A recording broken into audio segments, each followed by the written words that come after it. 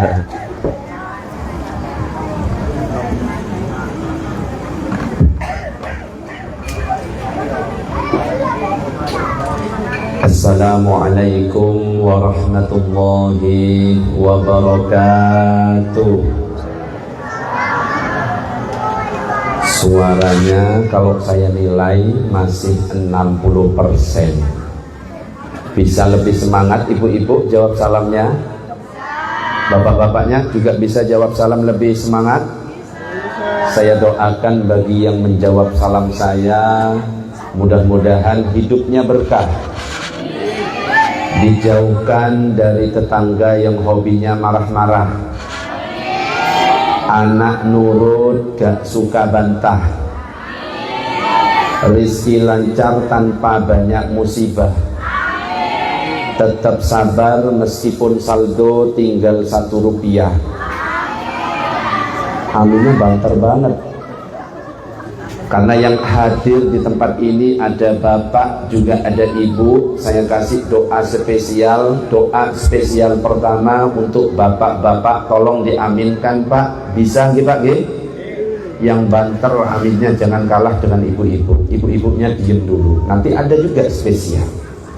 Untuk bapak-bapak yang hadir, doa spesial. Saya doakan mudah-mudahan punya istri yang baik hati, setia sampai mati, gak cerewet setiap hari, gak suka ngabisin gaji suami. Kalau gak jawab, kalau gak semangat, saya doakan istrinya datang bulan setiap hari. Biar adil. Sekarang ibu-ibu tolong lebih banter ibu, Bu, lebih banter bisa Bu? Bapak-bapaknya sih kurang semangat soalnya saya lihat. Oke, spesial doa untuk ibu-ibu. Saya doakan mudah-mudahan punya suami yang baik hati, setia sampai mati, ngasih uang juga setiap hari, ngajak belanja juga setiap hari. Tapi kalau nggak jawab, saya doakan suaminya kawin lagi. Amin. Ibu orangnya Bu yang amin Bu, pakai baju putih.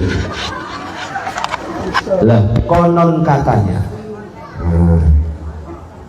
seorang suami itu ternyata bisa dilihat dari jumlah istrinya. Kalau ada suami punya 4 istri, itu namanya Superman. Apa Bu namanya?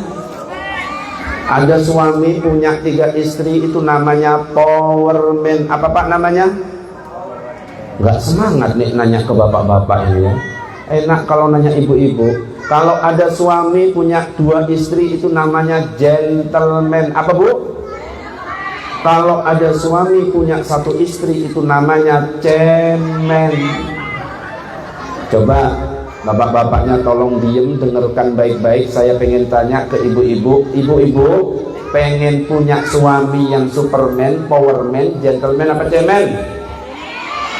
Dengarkan Pak, itu kemauan hati dari ibu-ibu.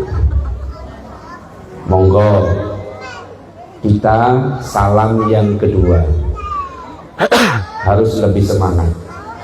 Assalamualaikum warahmatullahi wabarakatuh.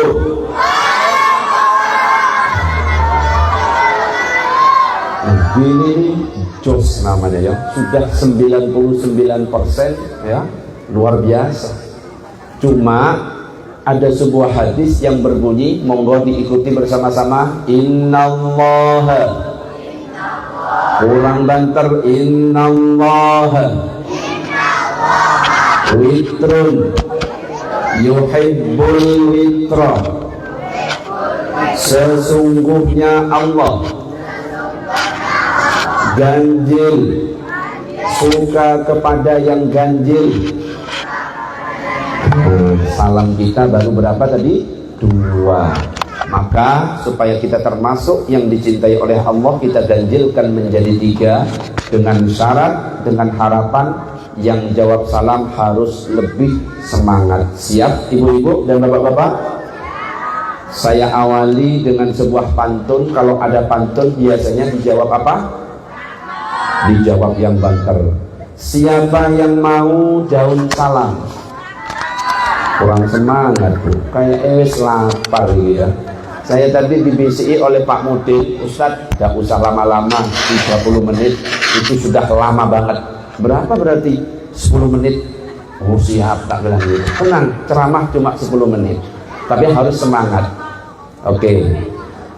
Pantun silahkan dicakepin bareng-bareng. Siapa yang mau daun salam? Petik di kebun menjelang petang. Siapa yang ikhlas menjawab salam? Kudoakan lunas semua utang. Banter ya kalau kalimat terakhir. Ini tanda-tandanya warga Jalan Anggrek ini akeh utang. Tak doakan mudah-mudahan segera lunas, amin ya rabbal. Assalamualaikum warahmatullahi wabarakatuh.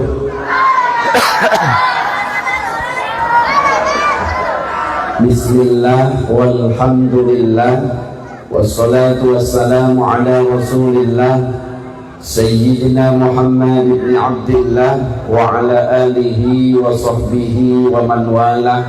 La hawla wa la quwata illa billah, amma ba'du. Para jamaah, Bapak Ibu yang dirahmati oleh Allah, alhamdulillah pada kesempatan malam ini kita bisa berkumpul di sebuah majelis yang insya Allah majelis yang seperti ini adalah majelis yang diridhoi oleh Allah. Amin. Aminnya sudah mulai hilang. Mudah-mudahan kita yang hadir di tempat ini menjadi muqaddimah kumpulnya kita di surga. Amin. Karena Nabi itu mengatakan kalau ada perkumpulan seperti ini adalah taman-taman surga. Dalam hadis itu dikatakan idza marartum bi riyadil jannah farta'u, apabila kalian melewati taman-taman surga, singgah ke tempat itu. Para sahabat penasaran, ya Rasulullah, apa yang dimaksud dengan taman-taman surga? Maka Nabi kemudian mengatakan khilaquz zikri wa fi riwayatin majalisul ilmi. Yang dimaksud dengan taman-taman surga adalah majlis-majlis zikir, majlis-majlis ilmu. Mudah-mudahan semuanya termasuk di dalamnya, amin ya rabbal. Nabi juga mengingatkan kalau ada sebuah majelis kok di dalamnya nggak ada sholawat, hati-hati, itu akan menjadi bahan penyesalan bagi yang hadir. Tapi alhamdulillah tadi saya lihat ada sholawatannya nih. Mana tim sholawatnya? Masya Allah. Ibnu Jauzi juga mengatakan kalau ada sebuah perkumpulan, ada majelis kok tidak ada sholawatnya di dalam, ketika mereka pulang meninggalkan tempat itu akan meninggalkan bau yang lebih busuk daripada bangkai. Na'udzubillah min.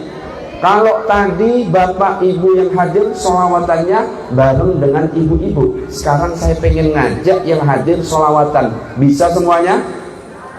Bisa semuanya? Yang bersolawat saya doakan lancar rezekinya. Yang bersolawat saya doakan mudah-mudahan lunas utang-utangnya. Solawat itu macam-macam, bisa versi doa, bisa. Contohnya apa? Allahumma. Bukan itu. Allahumma cukupono luberono. Amin, gitu Bu. Ulangi. Allahumma cukupono luberono.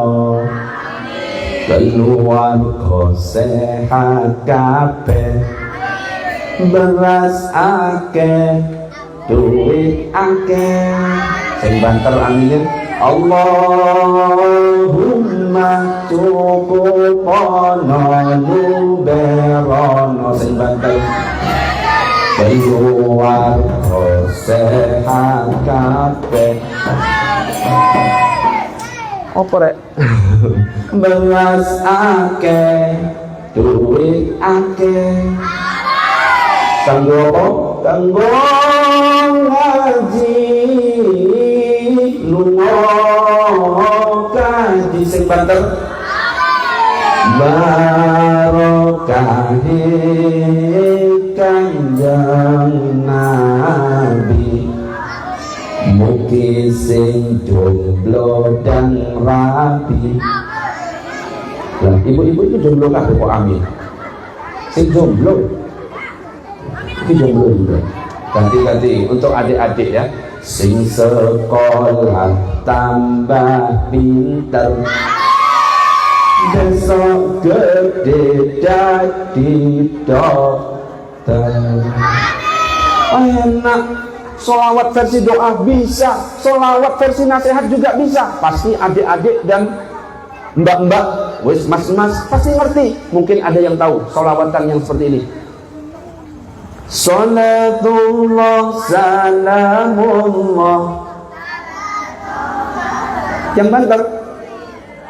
Salatullah salamullah. Hei kawan, yuk kita ngaji, ngaji kepada para kiai sebagai bekal di saat mati. Hujan gak hujan tetap ngaji. Salatullah mullah ala taha rasulillah. Semuanya salamullah ala.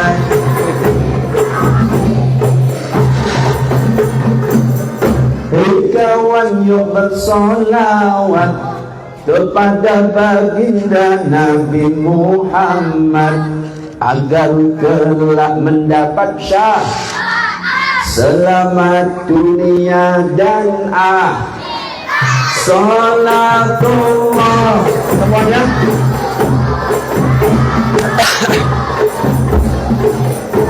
salatullah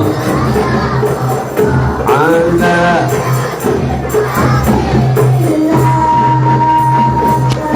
Ya Allah, ya Tuhan kami, berikan kekuatan kepada kami untuk menjaga negeri ini. Sing banter NKRI. Salawat. Salatullah. Semuanya ala.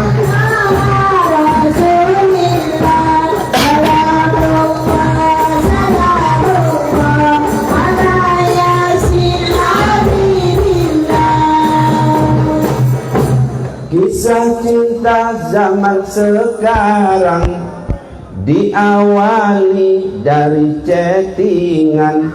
Betul? Saling lempar kata gombalan.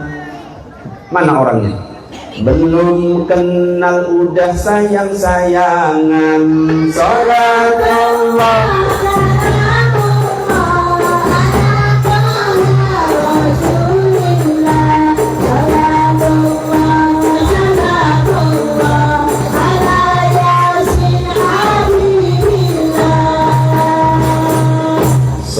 Nabi Muhammad. Makanya kalau berdakwah itu bisa dengan media solawat. Ngasih solawat versi doa bisa, ngasih solawat versi nasihat bisa. Bahkan kalau pengen ngawur dikit ya, pengen ngawur dikit, pernah viral di TikTok, ada solawatan agak ngawur. Nggak tahu warga Jalan Anggrek ini sama ngawurnya dengan yang di TikTok atau enggak. Tak coba gitu jawaban. Ada solawat kayak gini. Bapak NU, Ibu Mus, Kakak Ansor, Adik Fatayat, tahlilan saben malam, mulih tahlilan podo kowo rahmat. Oh, berarti sama. Kok iso mulai tahlilan gawa berkat itu? Mulai tahlilan podo gawa rahmat. Saya kira Jalan Anggrek beda dengan yang di TikTok, ternyata sama. Padahal dalam hadis itu dikatakan la yaq'udu qaumun yadhkurunallah illa haffathumul malaikah wa ghasyiyatuhumur rahmah wa nazalat alaihimus sakinah wa dzakarahumullahu fi man indahu. Tidak duduk satu kaum zikir kepada Allah kecuali minimal 4 yang akan didapat. Apa saja 4 itu? Yang pertama, malaikat mengelilingi mereka. Yang kedua, mereka yang hadir di majlis-majlis zikir akan diselimuti rahmat, bukan berkat. Yang ketiga, turun ketenangan kepada mereka. Yang keempat, akan dibangga-banggakan di hadapan para malaikat. Mudah-mudahan kita termasuk di dalamnya, amin ya rabbal.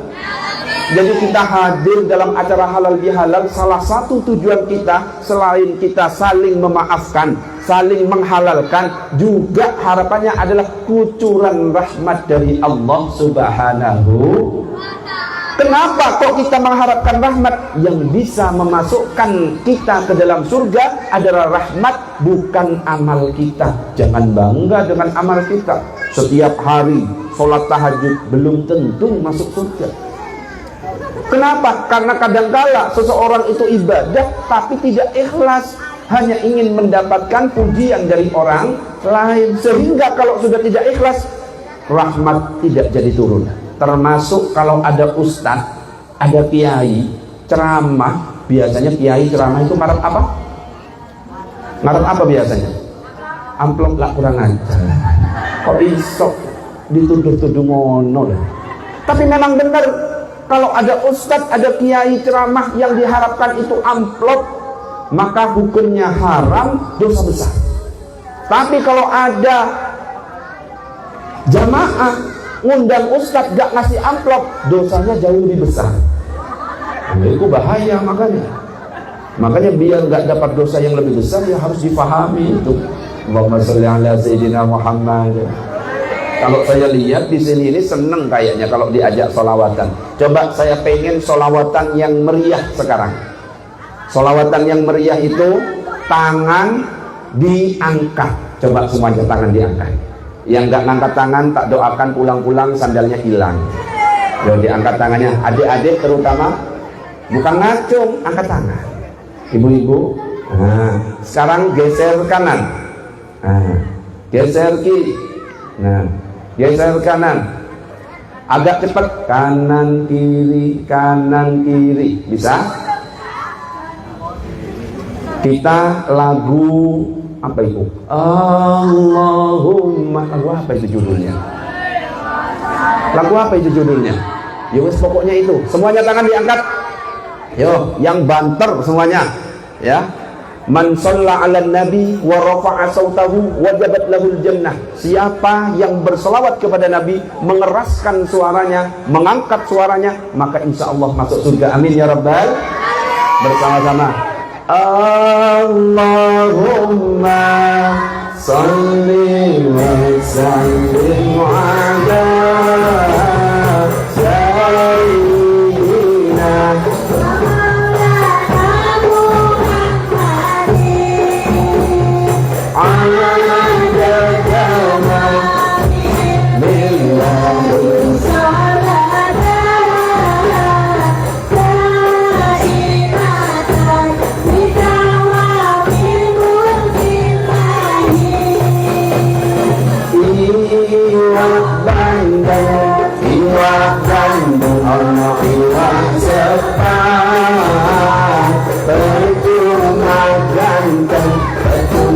ganteng orang gelem sholat. Iwah hiyo papan, percuma ayo orang gelem sholat. Sholawat yang terus. Allahumma sholli wa sallim ala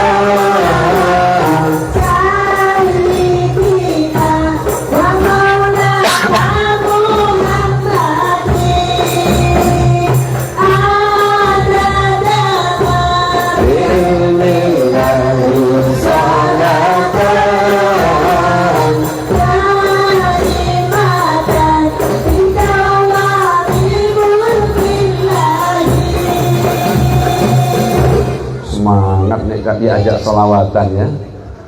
Kalau serius paling ngantuk kabeh. Allahumma sholli ala sayyidina Muhammad ya. Para jamaah Bapak Ibu yang dirahmati Allah, alhamdulillah kita sekarang berada di acara halal bihalal. Dan konon katanya, dan memang ini fakta, halal bihalal itu sebenarnya tidak dikenal di bangsa Arab sana. Kalau kita tanya kepada orang Arab, gak dikenal istilah halal bihalal itu. Mereka itu kenalnya istilah silaturahim. Kenapa? Halal bihalal itu istilah khas bangsa Indonesia. Sejarahnya adalah di tahun 1948 Presiden Soekarno itu galau. Kenapa kok galau? Elit politik saling menyalahkan. Para elit politik gak mau duduk bareng, gak bisa rukun satu dengan yang lain. Sampai-sampai negara Indonesia itu kacau balau. Hingga akhirnya Presiden Soekarno mengundang salah satu pendiri NU yang bernama Kiai Haji Wahab Hasbullah. Diundang ke Istana Negara. Kemudian beliau bertanya, Pak Kiai, negara Indonesia sedang kacau. Enaknya nih gimana supaya bisa rukun, duduk bareng, bermaaf-maafan, tidak saling menyalahkan. Maka kemudian Kiai Wahab Hasbullah mengatakan, ya sudah, sekarang kan Ramadan, nanti setelah Ramadan adakan aja silaturahim. Presiden Soekarno kemudian mengatakan, kalau silaturahim wes biasa, pasti gak tertarik. Coba cari istilah yang membuat orang penasaran sehingga mereka mau datang. Akhirnya Kiai Haji Wahab Hasbullah mengatakan, orang yang bermusuhan, orang yang saling menyalahkan itu dosa. Orang yang berdosa hukumnya haram. Haram bisa dihilangkan dengan cara yang halal. Gimana kalau misalkan nanti setelah Lebaran kita ngadakan acara dengan istilah halal bihalal. Makanya itu istilah milik Indonesia. Orang Arab gak ada yang ngerti. Maka pada akhirnya sejak itu di instansi-instansi pemerintah, sekolah-sekolah, masjid-masjid, musola, RT, RW juga sampai hari ini kalau setelah Lebaran biasanya mengadakan acara halal bihalal. Harapannya apa? Bisa saling memaafkan, bisa rukun, mau agamanya beda, tidak apa-apa, mau ormasnya beda, tidak apa-apa. Intinya sesuai dengan semboyan negara kita, Bhinneka Tunggal Ika. Artinya apa? Berbeda-beda tetapi tetap satu. Allahumma sholli ala sayyidina Muhammad. Kalau diajak yang serius ngantuk. Kalau diajak sholawat kayaknya seneng. Coba saya ajak lagi. Sholawat berikutnya judulnya adalah Yo Cakep Tenan. Apa judulnya, Bu? Nanti ibu-ibu dan bapak-bapak tinggal ikuti dengan nada saya. Yo Cakep Tenan. Oke. Ini desa apa ini? Wage Jalan Anggrek. Oke. Diikuti sesuai dengan nada saya. Warga Jalan Anggrek. Oh, jawabannya. Yo cakep tenan. Aduh. Makanya dengarkan. Ulangi. Siap Bu, G? Jawabannya apa? Yo cakep tenan. Siap Bu, G? Pak G? Sen kompak. Warga Jalan Anggrek. Bapak oh fales Bu. Ibu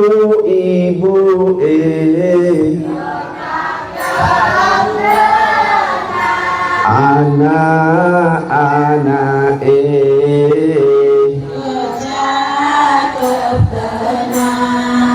seluruh wargane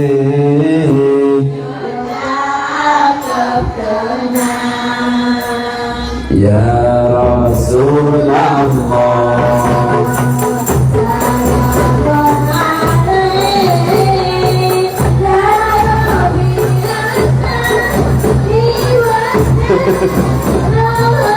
Terus lanjut aja gak apa-apa, bebas.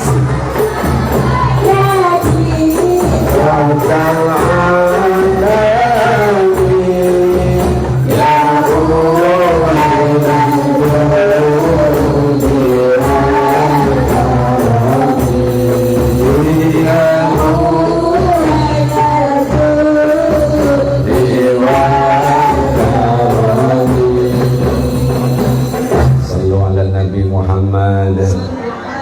Jadi jangan hanya karena beda ormas, yang A Muhammadiyah, yang B NU ribut, nggak usah. Hanya karena sholatnya beda, ketika sholat subuh yang satunya kunut, yang satunya nggak kunut, sudah saling menyalahkan. Jangan. Kita lihat persamaannya saja. Mau dia sholat pakai kunut, boleh. Mau dia sholat nggak pakai kunut juga boleh. Yang dilihat adalah persamaannya. Yang penting sama-sama sholat subuh. Bahkan kalau bapak ibu pergi ke Mekah, haji atau umroh, kita nanti akan melihat perbedaan macam-macam cara sholat. Contoh gampangnya, ketika tasyahud, ibu-ibu pernah lihat nggak? Bapak-bapak pernah lihat nggak? Ada yang gerak-gerak. Pernah lihat? Ada lagi yang diem. Ada? Coba saya tanya, kalau ibu-ibu yang bapak-bapak yang di sini pakai yang gerak-gerak atau yang diem? Kalau saya pakai yang gerak-gerak, boleh apa enggak? Itu semua ada dalilnya. Jangan sampai kita mencela gara-gara di samping kita gerak-gerak, kita tasyahud apa cari sinyal. Bukan. Ulama 4 mazhab ternyata beda pendapat tentang cara tasyahud. Seperti contoh mazhab Imam Hanafi agak unik. Ketika tasyahud itu nyampe asyhadu alla baru keluar asyhadu alla. Ketika la keluarnya asyhadu alla ilaha illallah, gak pakai tasyahud lagi.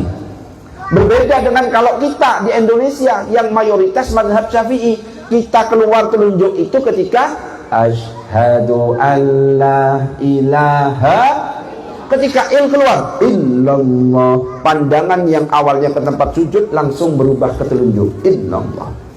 Pastikan yang dilihat adalah telunjuk sendiri, bukan telunjuk sebelahnya.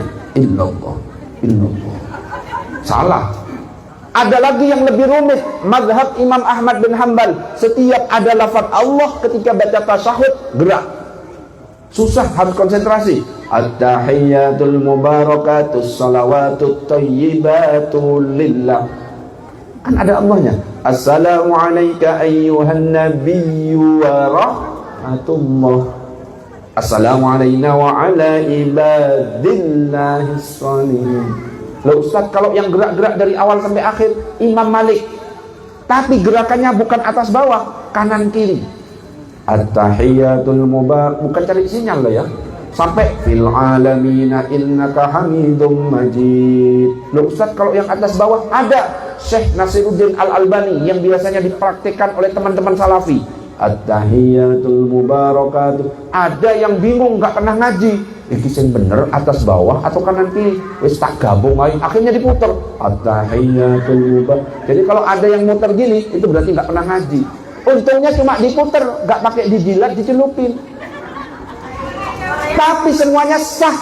Mulai dari pendapat pertama, 2, 3, 4, 5 sah. Yang gak boleh itu kalau dibalik. At-tahiyyatul mubarakatuh. Itu nantang malaikat.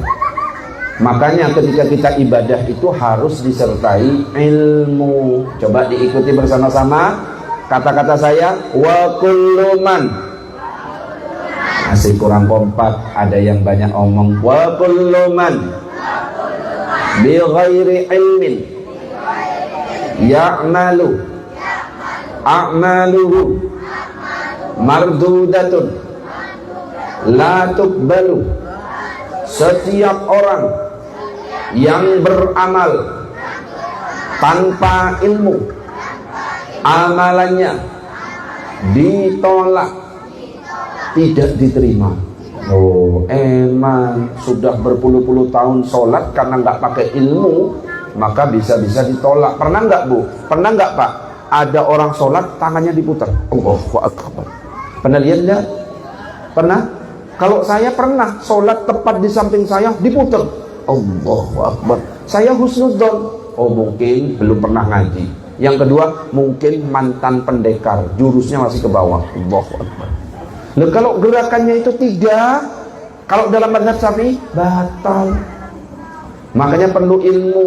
Termasuk ketika baca Al-Quran juga perlu ilmu. Harapannya Al-Quran ini diistiqomahkan. Setelah di bulan Ramadan kita semangat. Dan biasanya di bulan Ramadan memang orang-orang itu pada semangat membaca Al-Quran. Harapannya di luar Ramadan keistiqomahan yang sudah kita lakukan bisa istiqomah di bulan-bulan berikutnya, termasuk membaca Al-Quran. Nabi itu mengatakan, la aqulu alif lam mim harfun walakin alifun harfun wa lamun harfun wa mimun harfun. Aku tidak mengatakan alif lam mim itu satu huruf, tapi alif satu huruf, lam satu huruf, mim satu huruf. Jadi kalau ada orang membaca alif lam mim, berarti 3 huruf. Masing-masing huruf nilainya 10. Makanya eman Bapak Ibu, kalau misalkan sampai detik ini belum bisa ngaji, tidak ada kata terlambat Bu untuk belajar Al-Quran. Mudah-mudahan bisa baca Al-Quran semuanya, amin ya Rabbal. Jangan sampai seperti kisah ini. Ada cerita 3 anak ingin melamar putrinya Pak Kiai, namanya Anas, Torik, Imron. Datang 3-3-nya ke rumahnya Kiai. Yang Anas ngetok pintu duluan, assalamualaikum.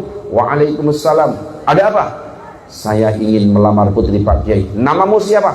Nama saya Anas Pak Kiai. Sesuai dengan namamu Anas, baca surat An-Nas. Dibaca, qul a'udzu birabbin nas, malikin nas, ilahin nas, sampai selesai. Hafal, bacaannya bagus di jempol. Bacaanmu bagus, tajwidmu bagus, makhorijul hurufmu bagus, kamu calon mantuku. Yang kedua datang, nggak mau kalah. Namanya siapa? Torik. Ngetok pintu, assalamualaikum. Waalaikumsalam. Ada apa? Saya juga ingin melamar putri Pak Kiai. Namamu siapa? Torik Pak Kiai. Sesuai dengan namamu, baca surat At-Torik. Dibaca, wassama'i wattariqi wa ma adraka ma tariqun najmus saqibah. Ada 17 ayat, hafal di jempol. Bacaanmu bagus, tajwidmu bagus, kamu juga calon mantuku. Yang ketiga, kemeringet dingin, namanya Imron. Kenapa? Surat Ali Imron 200 ayat.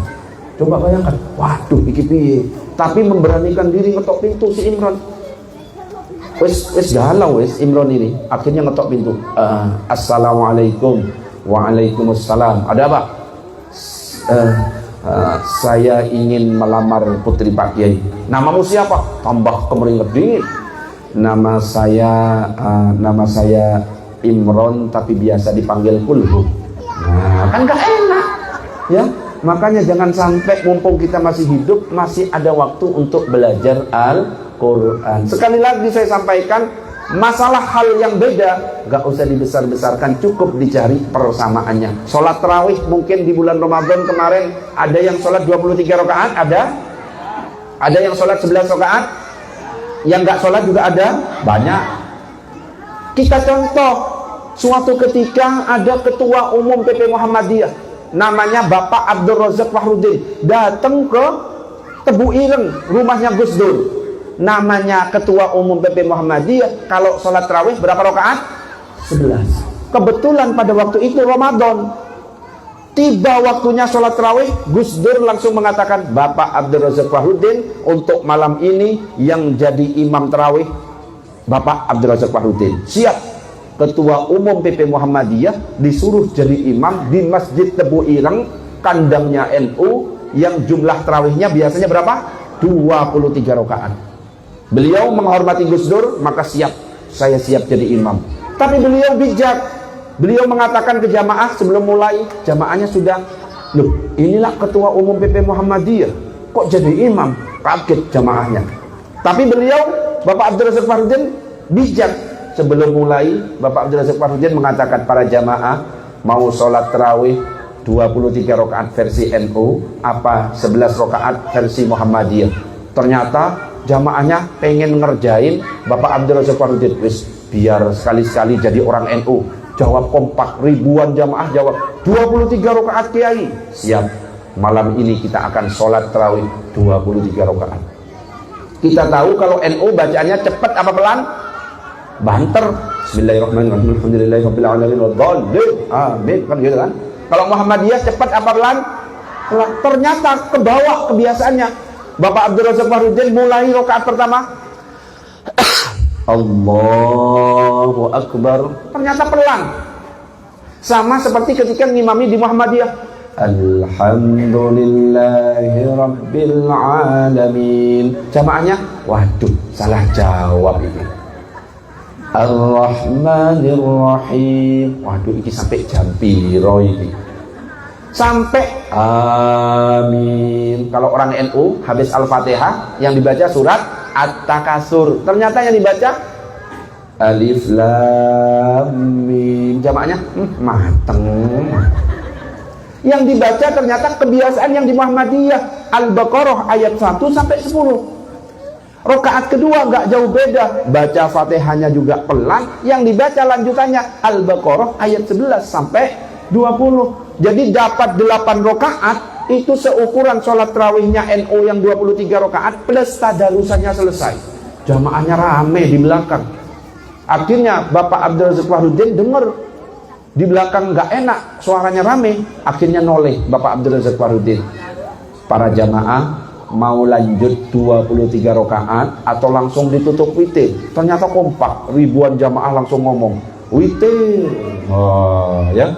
Yang biasanya sholatnya 23 rakaat di Masjid Tebu Ireng jadi berapa? 11 rakaat. Tapi apakah masalah? Enggak. Kenapa? Yang dilihat bukan jumlah rakaat yang beda, tapi yang dilihat adalah persamaan. Yang penting sama-sama sholat tarawih. Habis selesai tarawih dan witir, Gus Dur maju ngambil mic. Kemudian Gus Dur berkata, baru kali ini ribuan warga NU dimuhammadiyahkan oleh satu orang. Oh, tapi apa? Damai. Itu yang harus kita contoh. Mudah-mudahan kita bisa mengamalkannya. Amin ya rabbal alamin. Yang terakhir, kalau yang pertama masalah ibadah harus kita istiqomahkan. Yang kedua, hati kita harus dibersihkan. Ibu-ibu, bapak-bapak yang masih ada iri, dengki, hasud, buang semuanya. Ya, ada tetangga beli kompor, dia yang kepanasan. Ada tetangga beli kulkas, dia yang kedinginan. Buang semuanya. Kalau kebanyakan sakit hati, wes cepet matinya kalau kayak gitu. Makanya jangan sampai seperti qasidah yang seperti ini. Ibu-ibu mungkin tahu. Di langit ada mata. Ada yang tahu? Coba 1, 2, 3. Coba pakai ini. Kalau hafal. Di langit ada matahari. Terus? Bersinar pakai bumi. Ya, bukan itu maksudnya. Lagunya gini. Di langit ada matahari, di bumi banyak orang iri. Temen sukses kepanasan, dicarilah keburukan, buat jadi bahan gibahan. Uangnya teko. Mana orangnya? Datang orangnya? Boten. Kalau boten ya tak lanjut lagi.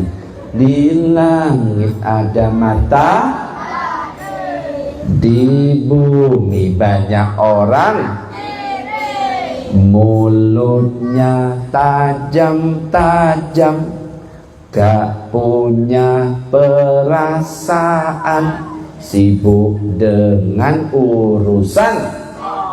Jangan sampai seperti itu, repot, sakit karpet dewe kalau seperti itu. Fokus untuk ibadah, untuk bekal nanti di akhirat. Kenapa? Kita nggak tahu kapan mati. Bahkan yang hadir di tempat ini kita nggak tahu siapa yang mati duluan. Bisa saja bapak dan ibu-ibu mati duluan, ustadznya belakangan. Atau sebaliknya, ustadznya belakangan, bapak-bapak, ibu-ibu duluan. Hah? Kok doain? Kenapa? Yang namanya mati itu nggak ngelihat umur. Yang tua mati, yang muda, yang banter bu.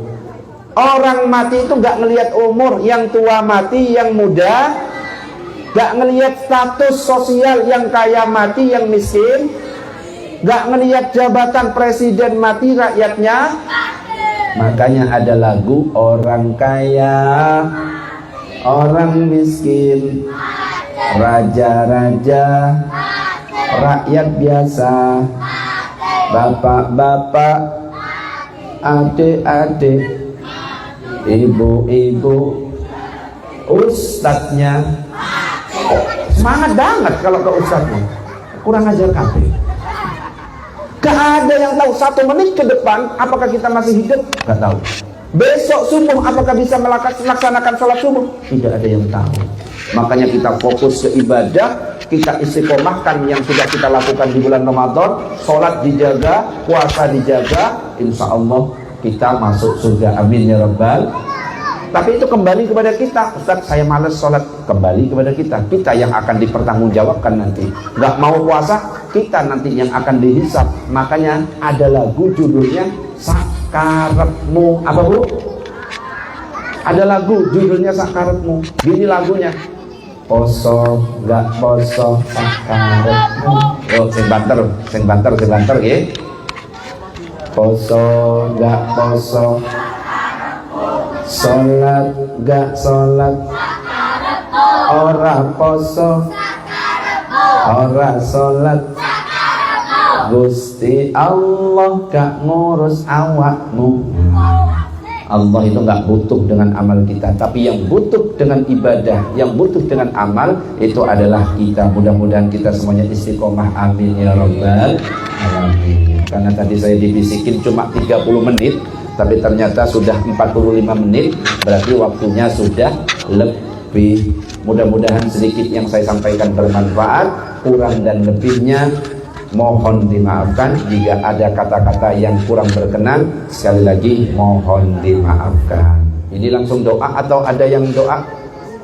Sudah ada yang doa sendiri? Halo?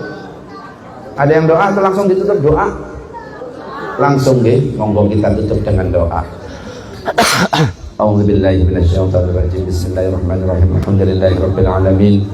حمدا يوافي نعمه ويكافئ مزيده. يا ربنا لك الحمد كما ينبغي لجلال وجهك وعظيم سلطانك. اللهم صل على سيدنا محمد وعلى ال سيدنا محمد.